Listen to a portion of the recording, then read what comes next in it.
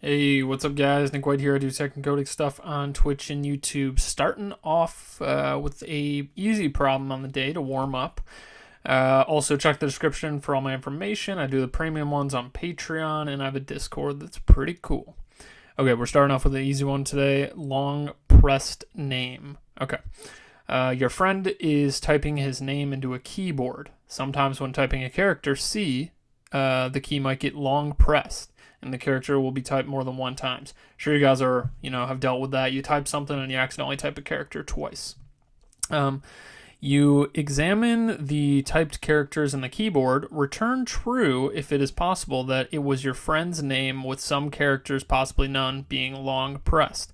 Okay, so it looks like we're given a name and what was actually typed, and we want to determine if what was typed was actually just the name and some of the characters were long pressed. So this would be true because the A just accidentally got tapped twice and the E accidentally got tapped twice compared to just one A and one E. This one is false because instead of there being, it looks like the name was actually two E's. So they long pressed the A, but they didn't long press the E. Wait, what? No, wait. SAEED. SSAAE. Okay, there's two E's, that's why. So they're missing an E. So I guess it doesn't count that they accidentally missed one. So, it's got to be extra, not missing. Okay, that makes sense. So they didn't long press the E. They just didn't. They're missing an E, so. Okay, here is Lily, and we're looking at this, and this is long pressed because there's an extra L, there's an extra E, and then this is just normal. So an extra L and an extra E. Okay, so that's fine. Look through the last example on your own. How do we solve this? Okay, in a good runtime solution.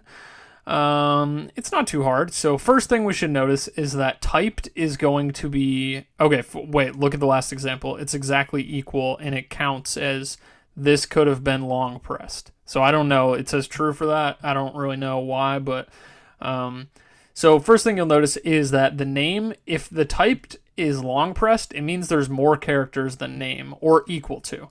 So it has to be at least the same amount of characters because it's going to be extra characters if it's long pressed. So we could just do some checks right off the bat. Okay. If name.length is equal to typed.length, well, then it's the same thing and we're returning true for that. So whatever, we'll just return true, right? And then if name.length, like I just said, is greater than type.length, well, that's bad because, so we're returning false because the name cannot be greater because typed has to have extra characters to be long pressed.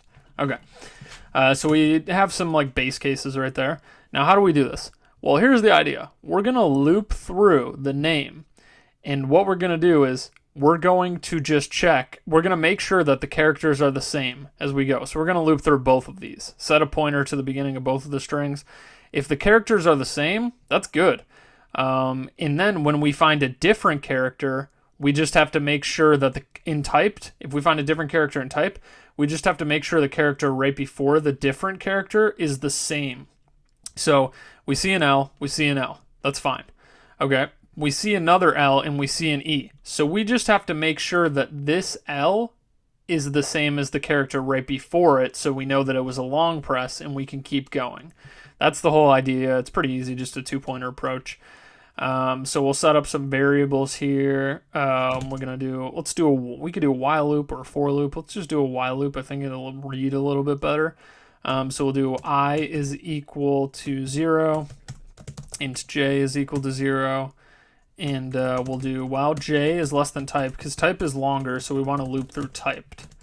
We'll do, okay, if if I is less than name.length, because I will be traversing name, we'll use that as name. This is the pointer for the name string, this is the pointer for the type string.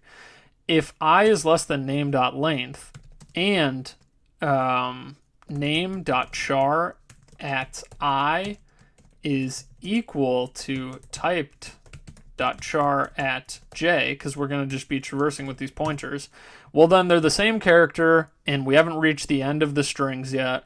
So that's good. We can just keep moving I along here, increment I. J will also be getting incremented throughout the loop. Now, here's the only other condition if we find a different character, right? If there's a different character and we see... Okay, first of all, let's think about this. If j is equal to 0 and there's a different character, so if these characters aren't equal, and right off the bat, if this was the example, if the first character is a D, clearly that is not a long press. The first characters have to be the same. Like, if the first characters aren't the same, like, there's no possible way that this was long pressed. That's not even, you know what I mean? Like, it's just obvious. So if the first character, if it's 0, we're going to return false. Or there's another condition we return false, so we'll just append it to this one with or. Or if, like I said, once we find a different character, so this condition is if we find a different character because they weren't equal, then we have to make sure the character before the current character is the same.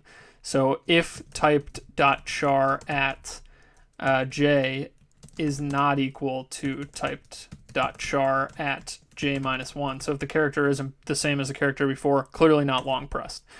That's pretty much it. So all we want to do is make sure we get through the whole name string and the whole typed string, and once we get out of this loop, we can just return whether we made it through the whole name string. And yeah, that's it. I mean, it's a pretty easy problem. I implemented it a few different ways with for loops and stuff, and every time the readability is kind of hard, like, I don't know. Let me know if you guys have a better, more readable solution.